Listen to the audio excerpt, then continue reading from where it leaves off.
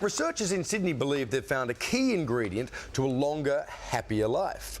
According to our next guests, it revolves around mental silence. Now, you can achieve it while you're walking the dog, swimming, cooking and many other pastimes and chores. Matter of fact, I got it now. Less than 15 minutes a day is all you really need. To explain this, we're joined by Dr. Ramesh Manocha from Sydney Uni and Rob Hutchin, whose life meditation changed. Good morning to you both, gents. Ramesh, what did this study find?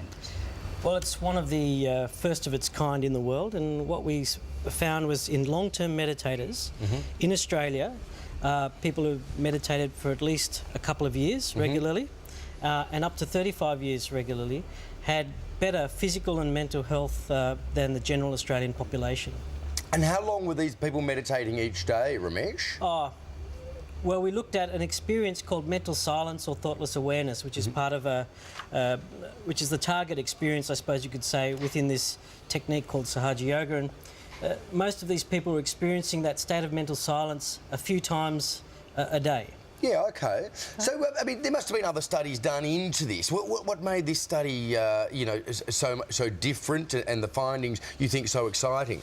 Well, most studies on meditation have looked at the short-term effects in novices, but our study looked at the long-term effects, because the original idea of meditation is that you should adopt it as a daily practice for the whole of your life. It's a lifestyle change, but no one's actually looked at that long-term impact, and so that's the unique aspect of our research. Okay, now some of our viewers might be imagining, you know, incense, flowing robes, the little triangle they used to use in a country practice. Remember Shirley Yeah, the Gilroy? Doors Riders on the Storm album playing in the background. Yeah. Rob, Yep. it's not like that, is it?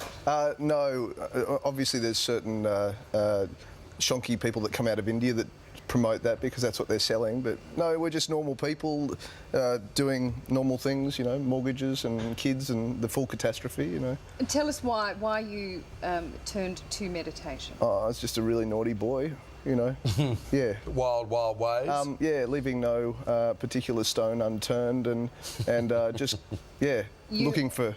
You had been using drugs. You sort of got off the rails. Absolutely no stone left unturned. Okay, no literally. stone left Right. unturned. So you needed to turn your life around. I was really naughty. Mum didn't know how to handle me, so at sort of 15, she said, "Look, I'm sorry, I don't know what to do. There's the door."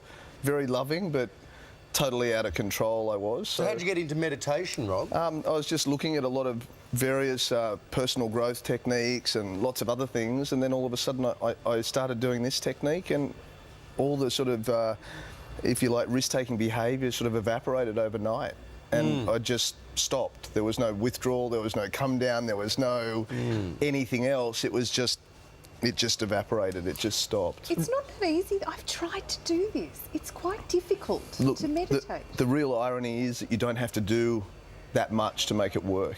It's very, very simple, it's very subtle, and most of the other techniques are sort of, you know, they're sort of like shunt meditation. They get you to think about all the rubbish that happened, you know, and...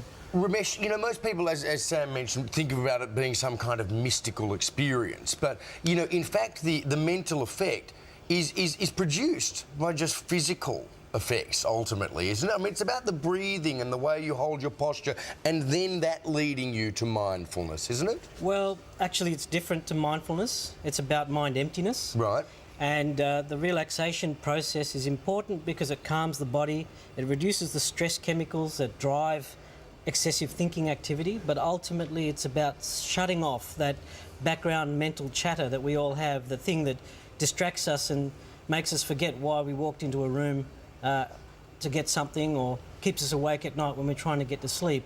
It's about switching that off, which is more than just mindfulness. Yeah, okay, it's about mental emptying silence. the mind, Yes. really. Yeah. It's remarkably easy, and children are very good at it. In fact, most kids can do it, but as we get older, we forget the skill, and so the technique of Sahaja Yoga we found is a very simple and effortless way to remember that ability. We've got to leave it there. So if anyone's interested in following the Sahaja Yoga technique or finding out about the study, where do we find it? freemeditation.com.au. They can learn it free of charge online. Takes 5 to 10 minutes.